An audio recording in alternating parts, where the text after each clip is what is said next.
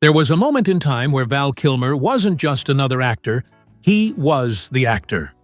The kind of name that didn't need hype or press runs. His presence alone demanded attention. From his early comedic brilliance in Top Secret to the iconic role of Iceman in Top Gun, Kilmer wasn't just playing characters, he was redefining charisma. Critics couldn't stop praising his chameleon-like ability to become whoever the script needed him to be. And his peers? They knew they were watching something rare. This wasn't just natural talent. Kilmer was the youngest person ever accepted into Juilliard, and his work ethic matched his talent step for step. His portrayal of Jim Morrison in The Doors was so uncanny. Even the surviving band members admitted they couldn't tell if it was Val or archival footage. He didn't just act. He became. By the time he stepped into the cape and cowl in Batman Forever, Kilmer had hit god-tier status in Hollywood. He was now a leading man in blockbuster territory, something every actor dreams of. He had it all: looks, range, gravitas. There was no reason, no logic, that he wouldn't go on to dominate the next decade of film. But then, something strange happened. He vanished. One minute, he was everywhere. The next, replaced, recast, forgotten. When Batman and Robin rolled around, George Clooney had taken over the role, without a clear explanation. No scandal, no major public meltdown, no high-profile beef. Just silence. And as we'll soon discover, that silence was not just on screen. It had started behind the scenes. The machine that built Val Kilmer into a star was now quietly beginning to shut him down. Because what we thought was a career break was actually the beginning of a blacklisting, one that no one wanted to talk about until now. Ghosted by the industry. The sudden disappearance. No one explained. When most actors fade from public view, there's usually a story. A bad role, a failed box office run, maybe a scandal. But Val Kilmer? There was none of that. No drugs, no legal issues, no messy headlines, just a slow, eerie silence from the studios that once fought for him. He didn't disappear from the big screen because audiences were over him. He was ghosted.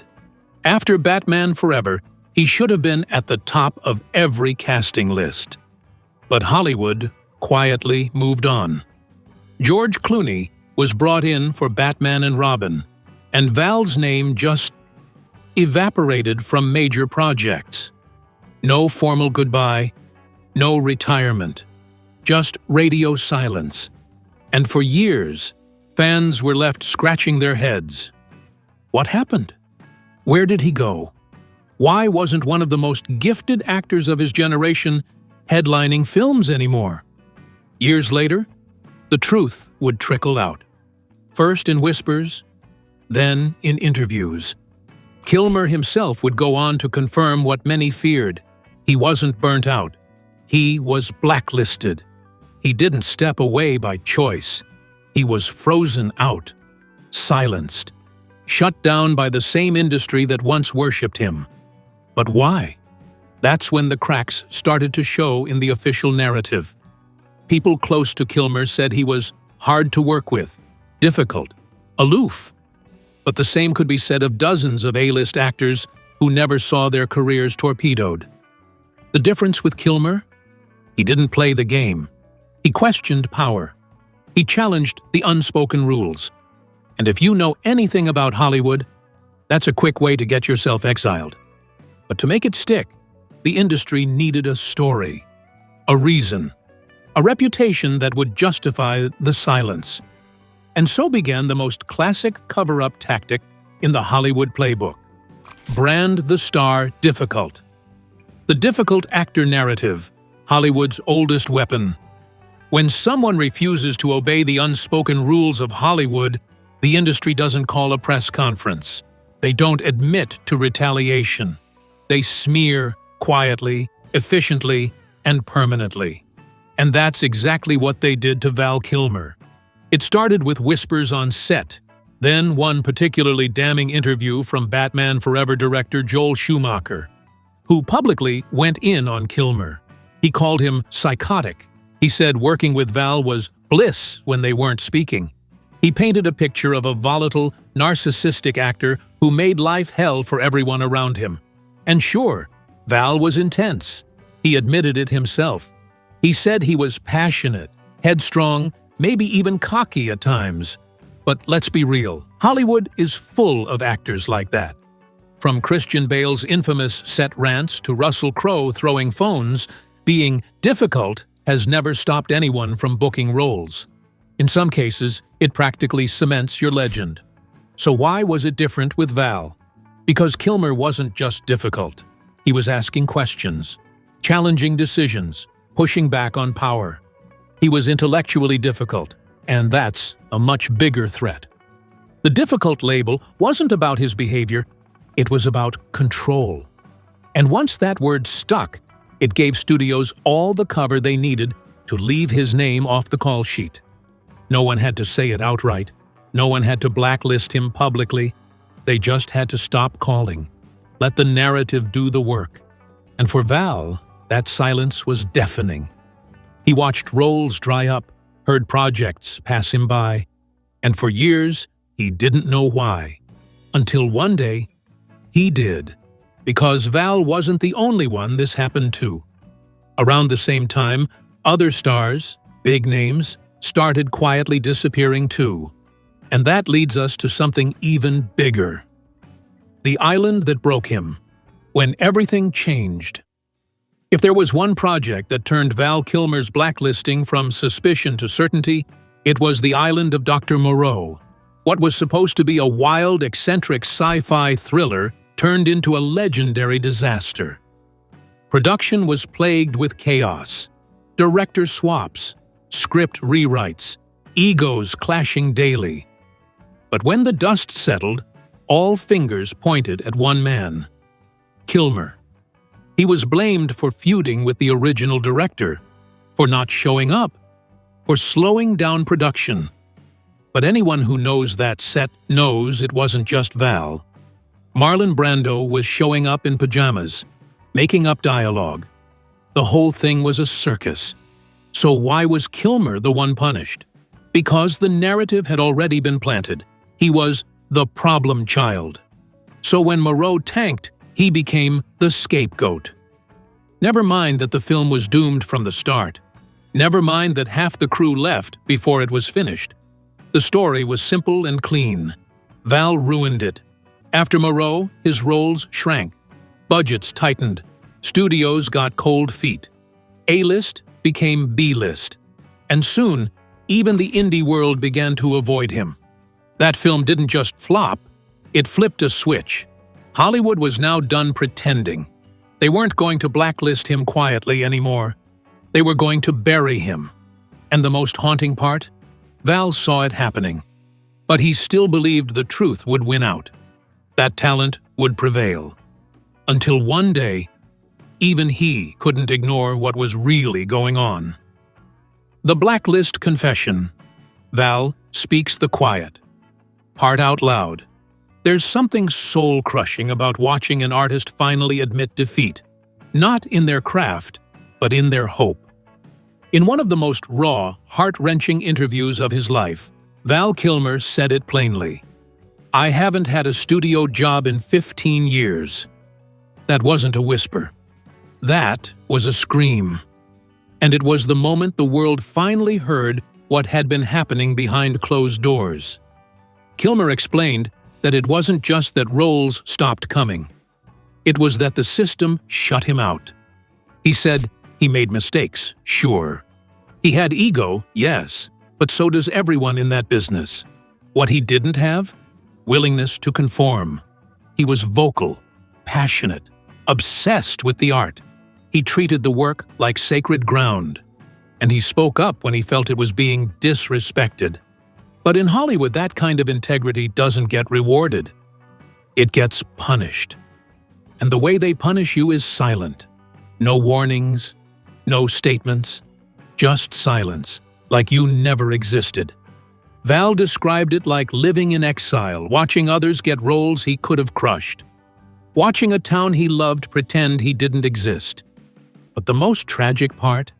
He still loved it. Even after all that. He said he watched movies and imagined himself in the roles. Still dreaming. Still hoping. And that, right there, is why his story hits so hard. Because Val Kilmer didn't burn out.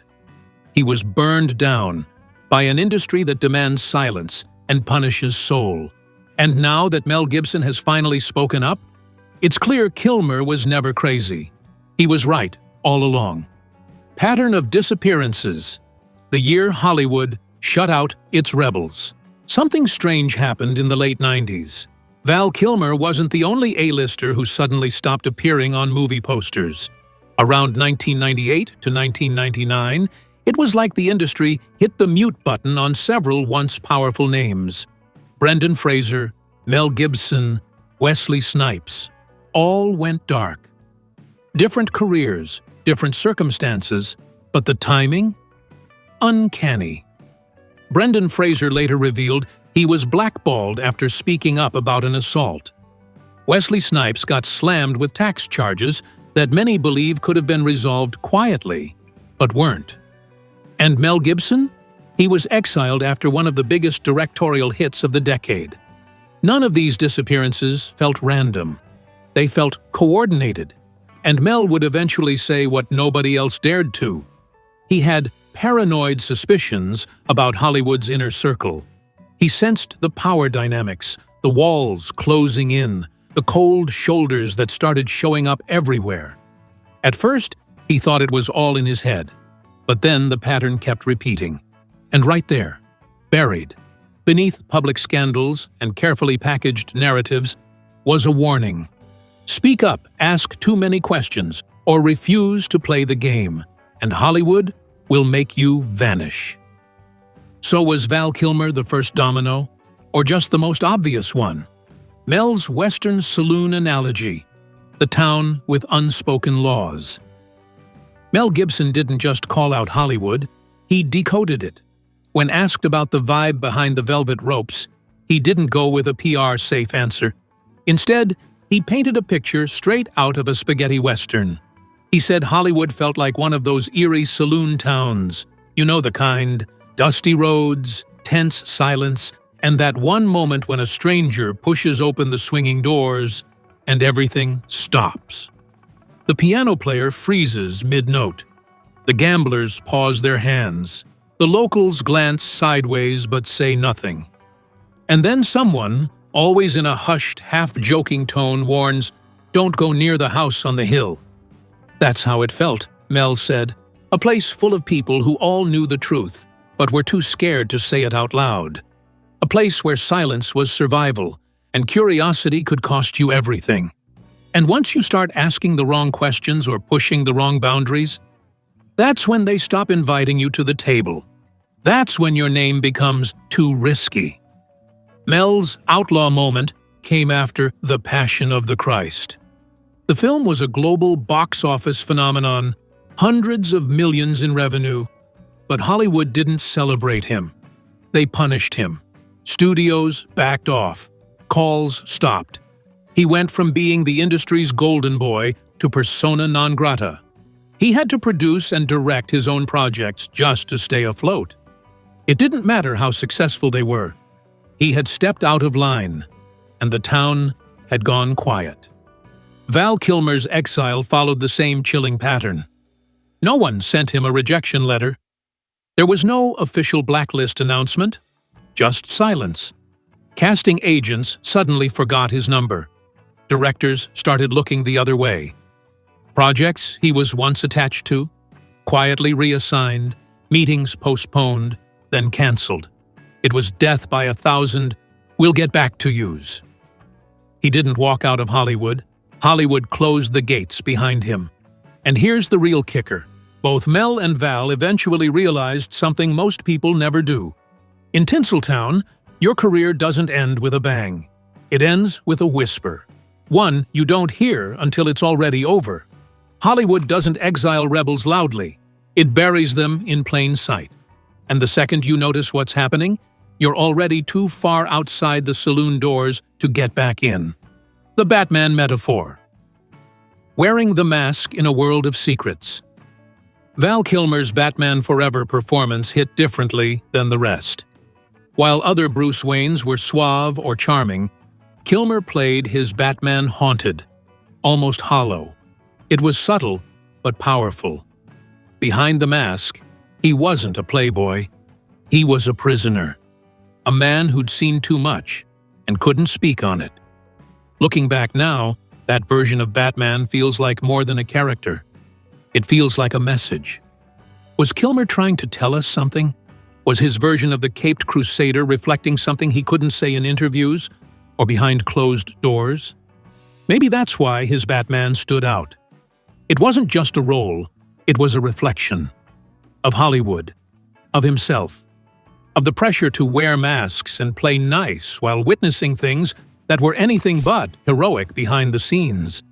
Even the themes of duality, identity, and silence feel eerily personal when tied to Kilmer's real-life trajectory. He was living in the shadows of his former self, watching roles pass him by, seeing others succeed, knowing that he hadn't failed. He had simply refused.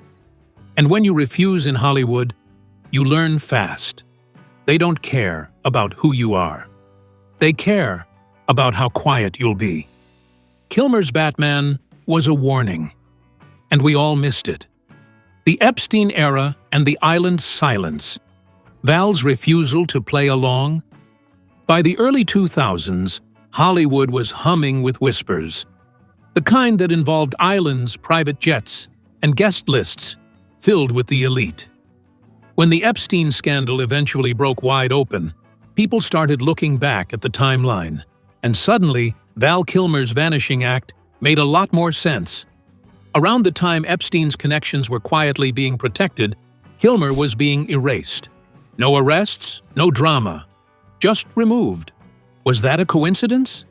We'll never know for sure, but there's a theory that refuses to die. Kilmer was either invited into the darkness, or he saw something he wasn't supposed to. And instead of playing along, he said no. The scary part? Saying no is sometimes the most dangerous thing you can do in Hollywood. Too many careers crashed around the same time. Too many silences, too many health issues, too many pneumonia deaths. And the people who stayed relevant? The ones who stayed quiet? That's what makes Kilmer's story feel less like a mystery and more like a warning. He didn't vanish because he lost relevance. He vanished because he chose not to be owned. Sound of Freedom and The Disney Vault. Mel connects the dots. Fast forward to 2015. A script circulates called Sound of Freedom, a gut-punch story about child trafficking based on real events. It should have been fast-tracked to awards season, but instead, it was shelved, buried, forgotten. Why? Disney acquired 20th Century Fox in 2019 and inherited the film. Instead of releasing it, they locked it away. The same way Hollywood had locked away Val Kilmer. That's when Mel Gibson stepped in. He didn't just support Sound of Freedom, he exposed the industry's attempts to bury it. He spoke out publicly, calling for the film's release, and stood beside the survivors the movie was meant to honor. When the movie finally dropped independently, it exploded. $100 million at the box office. Viral support. But the media? Hostile. Outlets like Rolling Stone and CNN slammed it as conspiracy bait, trying to discredit something they never reviewed. And that's when everything snapped into focus. This wasn't just about one movie. It was about an entire system, one that silences truth, erases inconvenient voices, and buries anything that threatens the illusion. The same system that tried to erase Sound of Freedom is the same one that tried to erase Val Kilmer. And now, thanks to voices like Mel Gibson's, that silence is finally being shattered. A shared exile, Mel Gibson and Val's parallel excommunication. Mel Gibson didn't have to speak up for Val Kilmer. He could have stayed quiet, kept promoting his own work, and tried to slide back into Hollywood's good graces. But he didn't. Because Mel knows exactly what it feels like to be frozen out. And what happened to Val hit way too close to home. After directing The Passion of the Christ in 2004, Mel was blacklisted in real time. It didn't matter that the film was a box office phenomenon or that it moved millions globally. Hollywood turned its back on him.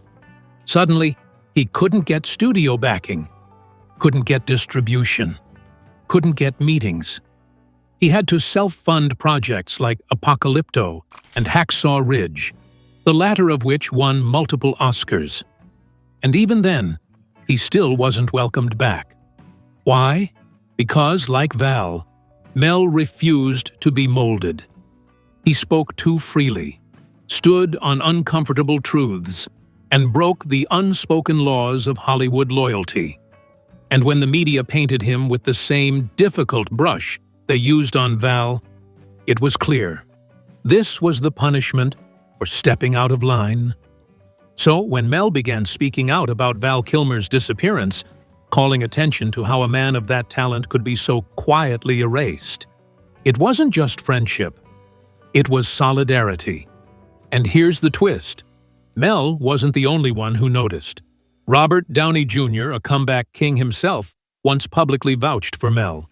More recently, Andrew Garfield backed him too during their Hacksaw Ridge promo run. People in the industry know what's really going on. Some are just too afraid to say it out loud. But Mel isn't. And now, neither are we. Because if Hollywood could exile Val Kilmer at his peak, they could do it to anyone. The Maverick comeback. A goodbye, not a return. When Top Gun, Maverick finally hit theaters in 2022, fans were ecstatic to see Val Kilmer back as Iceman. For a moment, it felt like a return to form, a redemption arc, a career revival. But if you watched closely, that scene didn't feel like a comeback. It felt like a farewell. Kilmer's voice in the film wasn't his. It was an AI blend of past recordings and vocal processing, stitched together because his throat cancer had taken too much from him physically. Every word was crafted with effort, every frame carrying emotional weight that hit even harder for those who knew his story. This wasn't just a character reunion. It was a man saying goodbye, on his own terms. Behind the scenes, he was still battling intense health issues. Every shoot day was hard. Every appearance was a mountain to climb. And once the press tour ended, Val disappeared again. He stopped doing interviews. He stopped making public appearances. Fans thought maybe he was just resting, enjoying the quiet. But those closest to him said otherwise. He wasn't answering calls. He wasn't responding to messages. Even family members were reportedly out of the loop. Val was retreating from the world, not out of peace, but out of pain. And just days before his death, he posted a short Batman-themed clip online. One last tribute, one last symbol. A poetic, almost prophetic ending.